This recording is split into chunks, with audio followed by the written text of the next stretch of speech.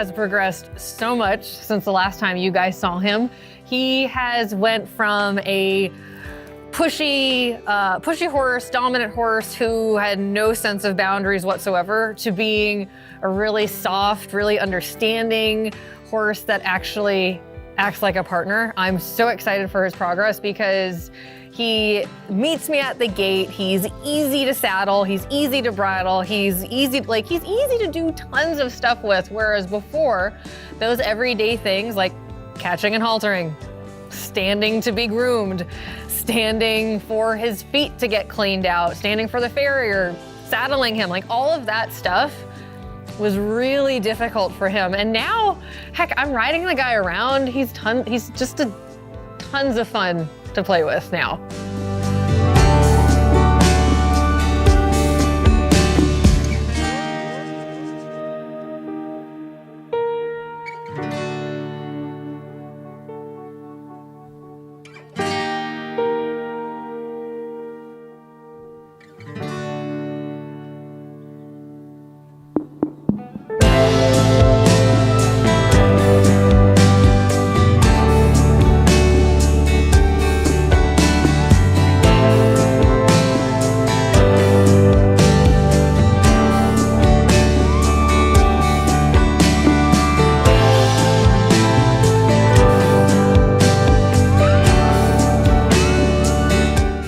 What I'm working on now with Merlin is really just tidying up anywhere in his education or in his foundation that he was lacking. So now we're just kind of making sure he's soft when he's being saddled. We're making sure he's soft and understanding his job when he's supposed to stand still for being groomed or saddled, making sure that all the bells and whistles under saddle working to where he can walk, trot, canter, stop, back up, turn, and none of that stuff is hard for him now. So that's really what we've been focusing on, is just putting a little bit of icing on the cake in his foundation.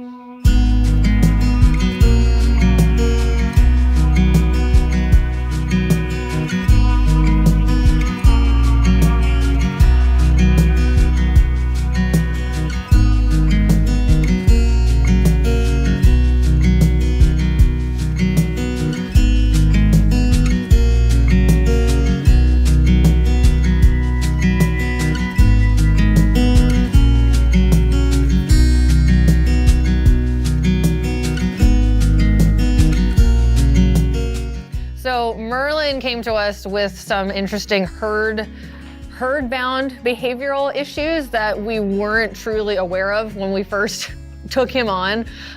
He was so severe in the beginning that any horse that would walk past his stall, he would pair bond to, and he would literally scream at these horses. And at the Buckeye Equestrian Center, we had events there every weekend, and horses would come in just for the weekend and be stalled next to him.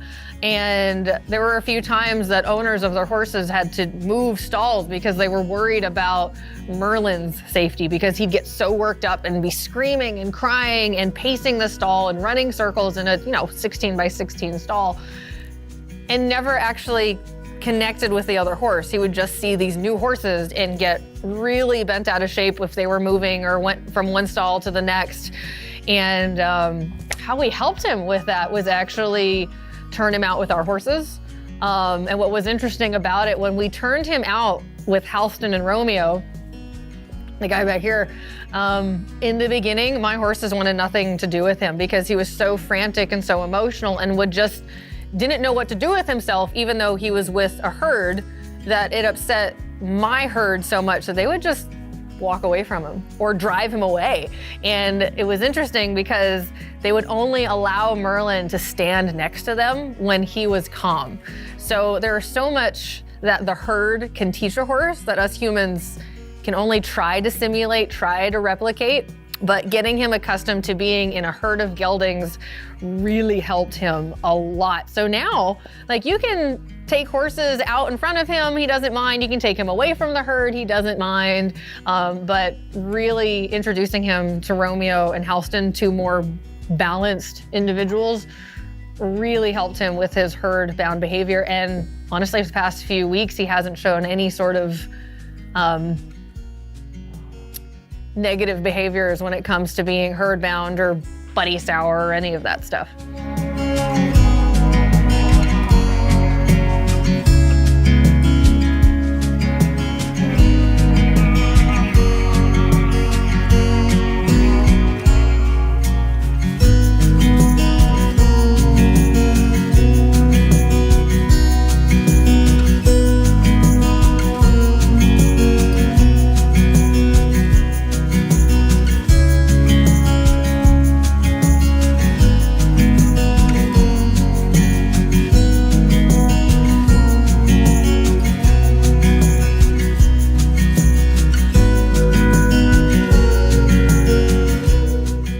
Merlin has changed so much since I've met him. He went from being a really pushy, dominant, borderline aggressive sometimes horse into a really soft, understanding, true partner.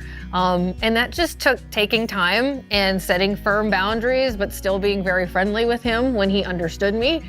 And so really, it's such a huge change in his behavior, going from a horse who had no understanding of humans, lack of boundaries, to being really soft, and I can be really subtle with him now. So that's a big change in him, is I can be subtle and ask him to do things instead of having to exaggerate and be huge for him to be aware of my presence.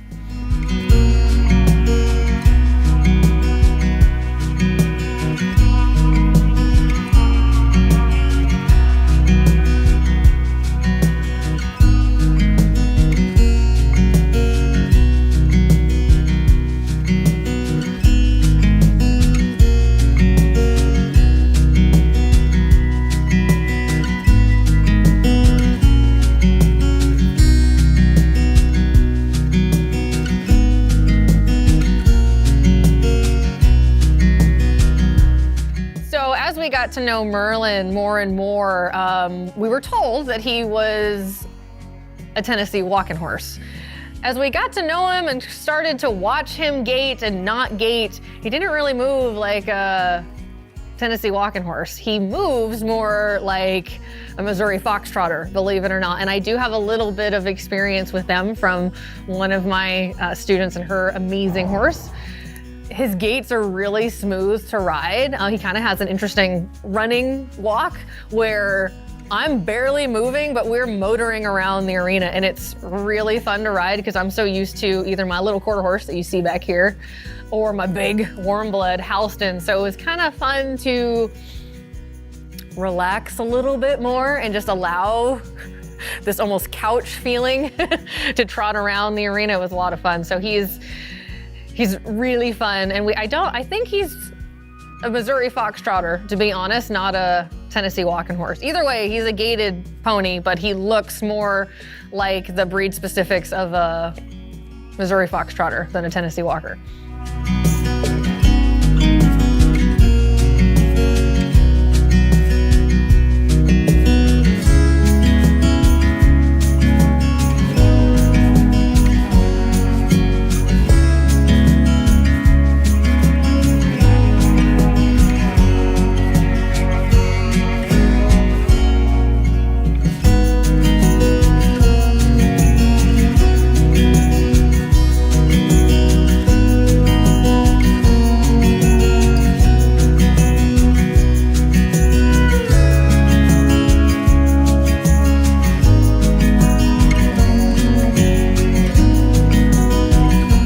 My favorite thing about Merlin's overall progress is watching him really almost make a 180-degree shift in his behavior and his opinion towards humans.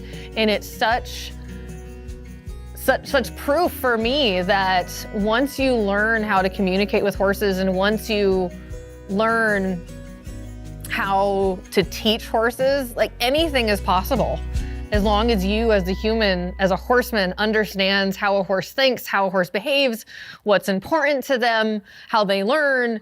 When you understand that, when they have these behaviors that are unhealthy, you can help them through things instead of horses being labeled as dangerous or labeled as, untrainable or dull or pushy or dominant. Any of those things are just labels that humans put on horses that they just don't have enough knowledge to help.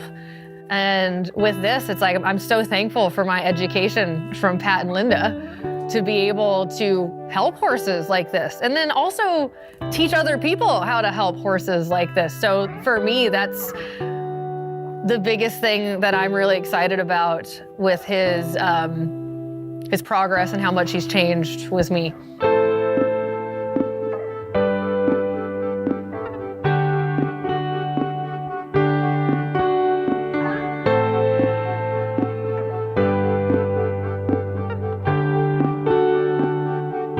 The perfect partner for Merlin is somebody that's gonna take the time to understand him, somebody that maybe wants to go on some trail rides here and there. And honestly, there's a rumor going around that he might already found a home before this documentary series is over, so that's really exciting. It's been somebody that's been following his journey on here.